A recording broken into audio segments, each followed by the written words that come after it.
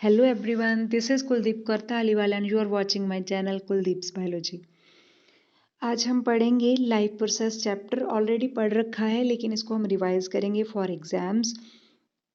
और ये जो नोट्स आप देख रहे हो ये मेरे खुद के नहीं है, ये मुझे मिल गए तो इसी से मैं पढ़ा रही हूँ। ठीक है, तो चलो जो लाइफ प्रोसेस चैप्टर है इसमें हम क्या मेनली फोकस करते हैं।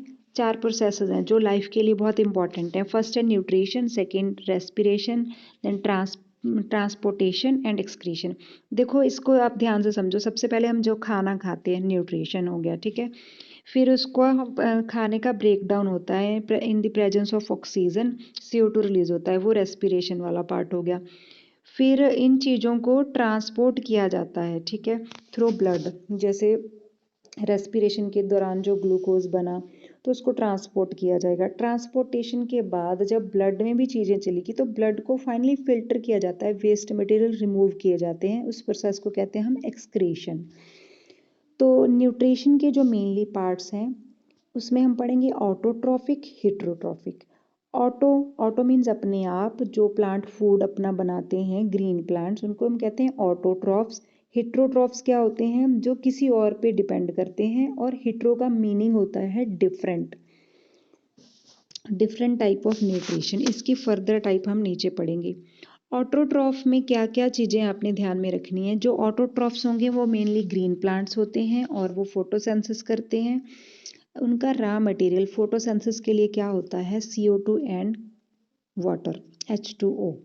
ठीक है, जो फोटोसिंथेसिस की जगह है, साइट है, वो क्या है, क्लोरोप्लास्ट। क्लोरोप्लास्ट क्या होते हैं, एक सेल ऑर्गेनेली है, लीफ के अंदर पाई जाती है। ठीक है, तो ग्रीन लीफ को हम किचन ऑफ द सेल बोल सकते हैं, sorry kitchen of the plant, not cell. अगर सेल ऑर्गेनेल की बात करें तो वो क्लोरोप्लास्ट है। उसके बाद ये प्रोसेस गिवन है फोटोसिंथेसिस का। CO2 वाटर के साथ रिएक्ट कर रहा है, 6 molecule CO2, 6 molecule of water, light की प्रेजेंस में, क्लोरोफिल की प्रेजेंस में शुगर की एक टाइप बनाते हैं जिसे हम कहते हैं glucose, C6H12O6 plus 6 molecule of oxygen are produced. Then हम आते हैं कि जो CO2 है वो मेनली इसमें हो क्या रहा है, CO2 कार्बोहाइड्रेट्स में कन्वर्ट हो रही है, सनलाइट को एब्जॉर्ब करके। क्लोरोफिल भी प्रेजेंट होती है। तो इसके बाद हम ये पढ़ेंगे कि स्टोमेटा क्या होते हैं। ये टाइनी पोर्स होते हैं, लीव्स के सरफेस पे पाए जाते हैं, ऑन बोथ सरफेसेस। लोअर पे भी होते हैं, अपर पे भी होते हैं, किसी किसी के अपर लोअर सरफेस में ज़्यादा होते हैं।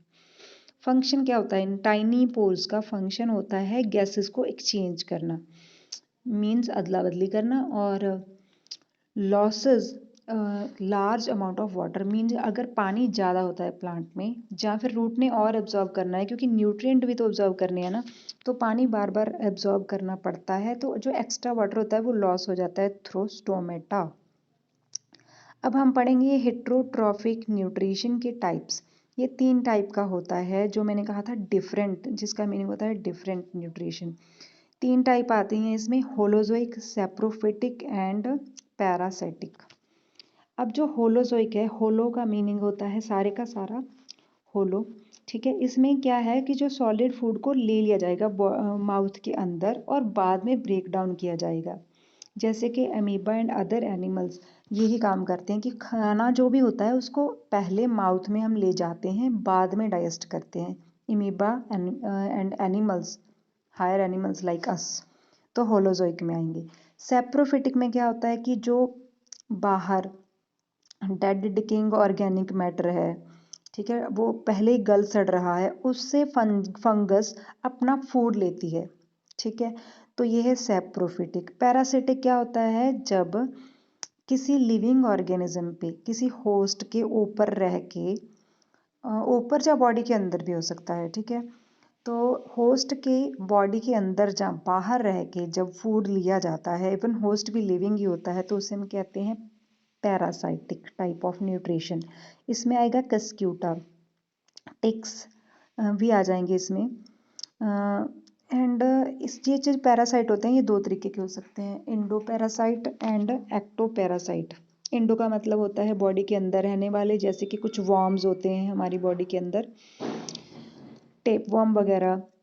और जो एक्टोपैरासाइट होंगे वो बाहर रहने वाले, फॉर एग्जांपल बैक्टीरिया दोनों में ही आ जाएगा।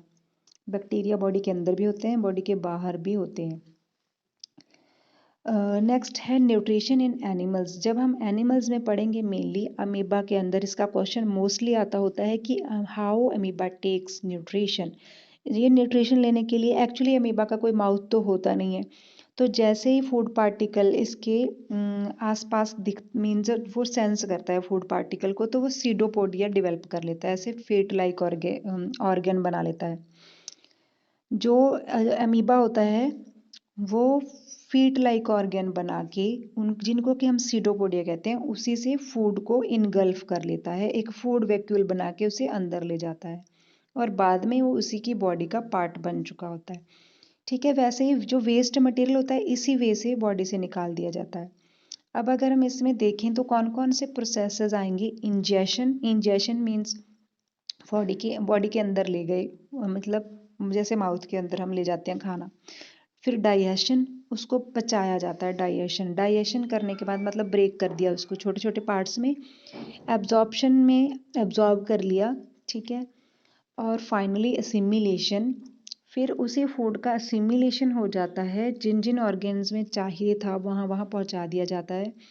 Finally last step is egestion, मतलब जो वेस्ट मटेरियल है वो बॉडी से निकाल दिया जाता है। इसके बाद ह्यूमन बीइंग के अंदर हम न्यूट्रिशन पढ़ेंगे। अभी ह्यूमन बीइंग के अंदर न्यूट्रिशन कैसे होता है, हम माउथ से फूड लेते हैं, ठीक है। तो माउथ के अंदर क्या होता है, सलाइवा, है ना, क्योंकि हमारे सलिवरी ग्लैंड्स होते हैं। तो जो हमारे सलिवरी ग्लैंड्स होते हैं वो सलाइवा को रिलीज करते हैं, ठीक है। तो वो जो सलाइवा होता है हमें च्यूइंग करने में हेल्प करता है। वेट, हाँ जी, जो सलाइवा होता है ना वो ब्रेक डाउन करने में हेल्प करता है, क्योंकि सलाइवा में क्या है, सेलिवरी अमाइलेज, जो कि स्टार्च को ब्रेक कर देगा माल्टोज में। स्टार्च एक लॉन्ग चेन होती है, किसकी कहोगे, ग्लूकोज की, है ना, लॉन्ग चेन होती है एक।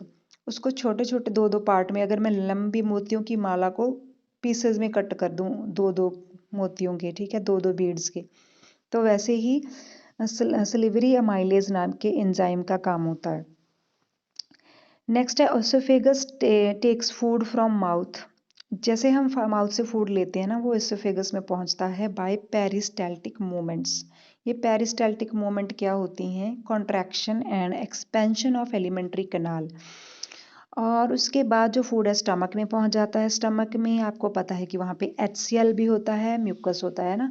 एक क्वेश्चन ये बनता होता है कि हमारे स्टमक में तो HCl है तो हमें जलन होनी चाहिए ना, तो हमारे स्टमक में हमेशा HCl रहता है, लेकिन हमें ऐसे इरिटेशन क्यों नहीं होती, क्योंकि एक म्यूकस की लेयर होती है जो कवर करके रखती है स्टमक को। इसके अलावा म्यूकस तो होता ही है जो प्रोटेक्ट करेगा, HCl होता है। अब HCl का क्या रोल होता है, एक तो वो फूड डाइजेशन में हेल्प करता है, दूसरा जो बैक्टीरिया वगैरह होंगे इस तरीके के ऑर्गेनिजम्स को किल कर देगा। स्टमक जहाँ पे फूड ही प्रेजेंट होना चाहिए, मतलब ऐसी चीज़ें ना हो, बैक्टीरिया फंगस वगैरह। जो एक पेप्सिन भी होता है जो कि प्रोटीन को ब्रेक डाउन करने का काम करता है स्टमक में। तो जो स्टमक के जूसेस होते हैं उनको गैस्ट्रिक जूसेस कहते हैं। नेक्स्ट है स्मॉल इंटेस्टाइन। जो स्मॉल इंटेस्टाइन है ये काफ़ी ज़्यादा इम्पॉर्टेंट रोल प्ले करता है डाइजेशन के अंदर। मैक्सिमम डाइजेशन इसी में होता है और लॉन्गेस्ट पार्ट भी तो है ना, तो इसी में मैक्सिमम डाइजेशन हो रहा है।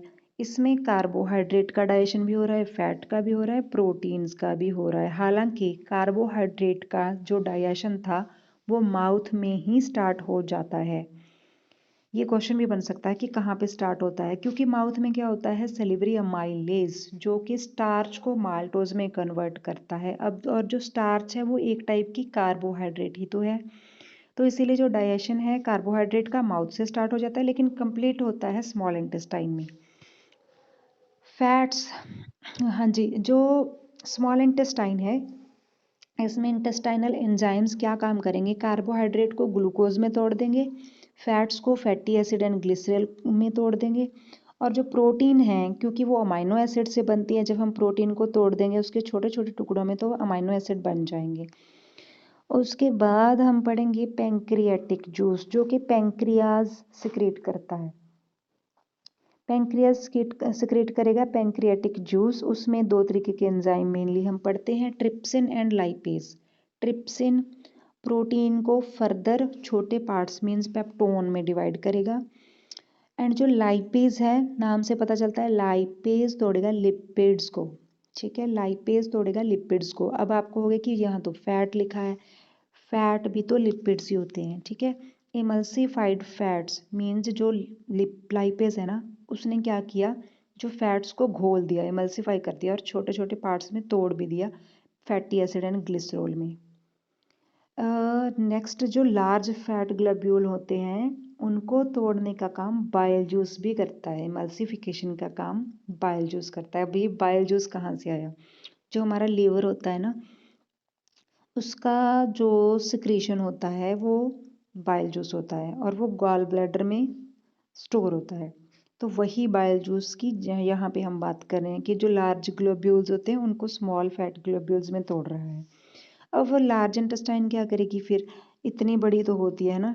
आपको पता है जो लार्ज इंटेस्टाइन होती है वो एक्चुअल में लार्ज नहीं होती, वो स्मॉल जो इंटेस्टाइन है वो ज़्यादा लार्ज होती है लेंथ में, लेकिन क्योंकि लार्ज इंटेस्टाइन का डायमीटर ज़्यादा होता है इसलिए इसे लार्ज कहते हैं। और ये एक्स्ट्रा वाटर को एब्जॉर्ब करती है, एब्जॉर्ब एक्सेस वाटर, जब फालतू पानी होता है उसे एब्जॉर्ब कर लेती है, रीअब्जॉर्ब कर लेती है। नेक्स्ट है रेक्टम, कलेक्शन करता है वेस्ट मटेरियल की, और एनस से बॉडी में से बाहर निकाल दिया जाता है वेस्ट मटेरियल। ये हमें दिखाया हुआ है digestive system, human digestive system. जो भी हमने अभी तक पढ़ा वही है, ध्यान से आप इस डायग्राम को देख सकते हैं। And next is respiration. हमने न्यूट्रिशन पार्ट को कवर कर लिया है। सो आई होप आपको समझ आया होगा जो भी मैंने आपको पढ़ाया। If you have any doubt you can text me. Thanks for watching, take care, bye bye.